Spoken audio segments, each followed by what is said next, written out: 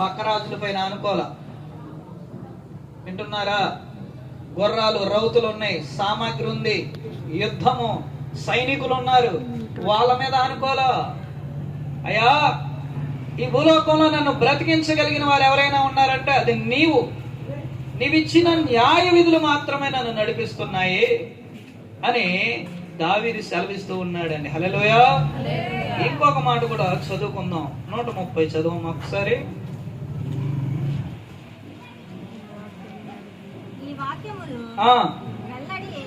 వెల్లడి అగుట్టోడనోనే వెలుగు కలుగును, అవి తెలివి లేని వారికి తెలివి కలిగించును. చూసారా? ఈ రోజున వాక్యం వింటే ఏమొస్తుంది? తెలివి వస్తుంది. చాలా మంది మూర్ఖంగా ఉంటారు, చాలా మంది మూర్ఖతతో వారి జీవితాలు నాశనం చేసుకుంటారు. చాలా మంది కూడా అండి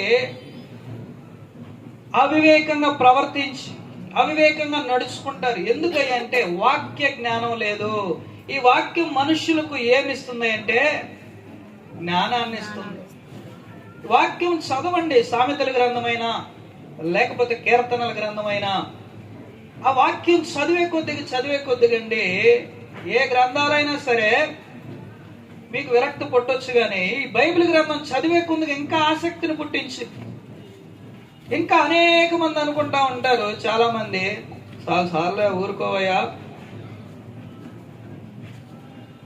ఒక భర్త భార్యతో అంటూ ఉన్నాడు, ఆమె అంటుంది రాయా మందిరానికి వెళ్దాం అంటా ఉంటే ఆయన అంటాడు, ఎప్పుడు ఇనే వాక్యమే కదే, ఏమంటాం, ఏం చేస్తాం, అది ఇది అంటా ఉంటే, కాదులయ్యా పాస్టర్ గారు నీతో ఏదో మాట్లాడాలంట, రాయ అని పిలిస్తే సరే నొప్పి వచ్చాడు. ఏమండి పాస్టర్ గారు, నాకు డౌట్ ఉందండి అన్నాడు. ఏంటయ్యా అది?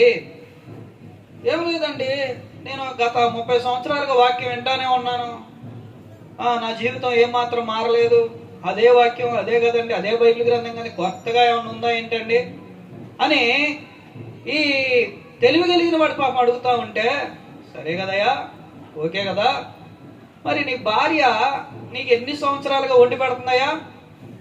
30 సంవత్సరాల నుంచి వండి పెడుతుందండి. మరి 30 సంవత్సరాల నుంచి వండి పెడుతుంది కదా, రోజు తినే అన్నమే కదా, మానేయొచ్చుగా అని ఆ సేవకుడు అంటే అదెట్ట అండి, మరి శరీరంతో బతకాలంటే తినాలి కండి అని అంటున్నాడు. సరే, వాక్యం అది బానే ఉంది, ఈ ఆహారం నీ శరీరాన్ని పోషిస్తుందని నువ్వు నమ్ముతున్నావు కదా, అలాగే ఈ వాక్యం అనే ఆహారం నిన్ను పోషిస్తుంది, నిన్ను సరి చేస్తుంది.